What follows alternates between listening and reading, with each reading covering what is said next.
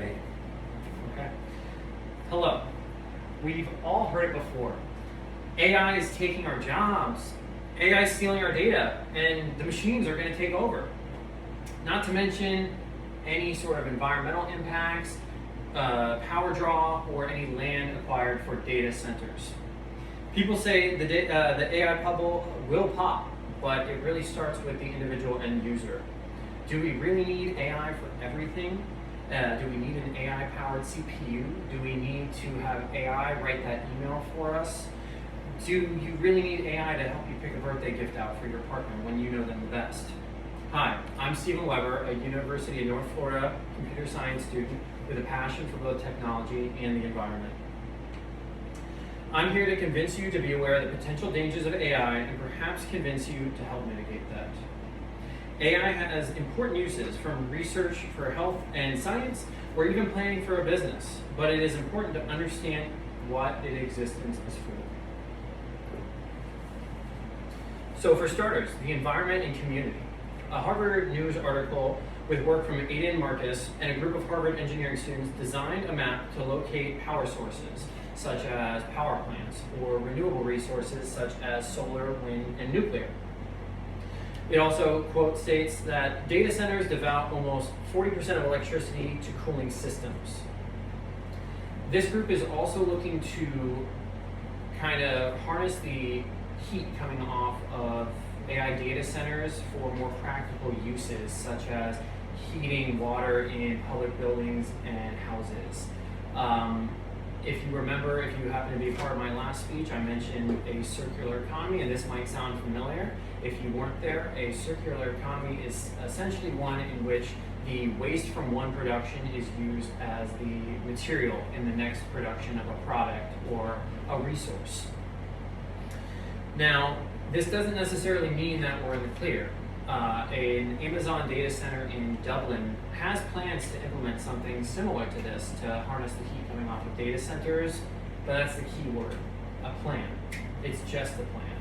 So nothing necessarily is in motion in order to solve this problem and create more of a circular flow with how we treat water in AI data centers.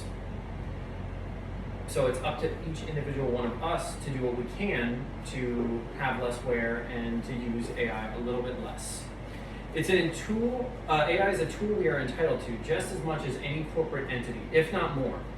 But we also have something else that they don't, and that is a moral integrity, a responsibility to choose for the greater good, even if it means that we use something we rely on just a little bit less. AI also dehumanizes people, or humans, to a certain degree. On the left here is Carrie Fisher in the 1977 Star Wars, and on the right is Princess Leia, a mocap actress with Princess Leia mapped over her face for the 2016 film Rogue One. On the right is a video of a deepfake of Jeff Bezos. And this kind of just is a visual representation for you to see exactly how far we've come between these two things. But I'm sure all of us have seen deepfakes of landscapes with people on them that are even more close to real. We could talk ethics and uncanny valley and talk about how something like this scares us, or how it might not be right to the person involved if an actor happens to die. But there is a greater issue at rest here, and that is unfortunately AI pornography. BBC writers Vicky Quinn and George King wrote an article on multiple women suing Elon Musk's AI Grok. Essentially, one woman had the AI tool used to create deepfakes of her in a bikini that were posted without her consent, and it gave her fear to post as a business owner on behalf of her business on social media because she didn't feel comfortable with the representation that was out there of her. Many other women have come forward about similar issues, as well as just having an overall fear for their own personal privacy, that of their daughters or other women. This fear has swept the global community, and I think everyone has a heavy amount of fear, whether it is the machines will rise or you don't have job security. So this adds on to a greater issue in terms of data breach and privacy. Now, this doesn't mean that anyone or all of us go out of our way to do such malicious and heinous behaviors, but it is important to be educated on what could happen with your data if it's out there, whether or not you consented to it, whether or not you read the long and purposely confusing terms and services in great detail enough.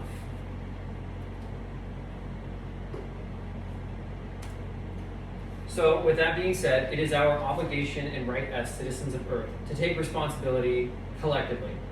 AI has many benefits, but it's also had the ability to take a lot away from us and the world around us. Whether through data collection for malicious use, or taking up global resources such as energy power draw from our grids, or taking away clean water that could have been used in a community that needed it. This is not to say that AI doesn't have its uses. You can totally go out of your way to have AI generate a workout plan for you. You can totally use AI to compile a list of potential laptops if you're in the market for one for school or work, because there's thousands of options that exist and that can get overwhelming. But we can also ask ourselves, you know what? This would take me 10 minutes of planning without plugging it into Copilot. And whereas I've used AI models for very beneficial and helpful things, and even to help educate myself, there have also been moments where I told myself I could have done this without the use of AI if I just gave it the shot. Now, with this in mind, besides that, you wouldn't leave your lights on during the day because it makes no sense. You want to avoid the power draw. And in that regard, you want to use the tools for every situation that you deem necessary. But you wouldn't necessarily go out of your way to use a bulldozer to find a channel. Thank you.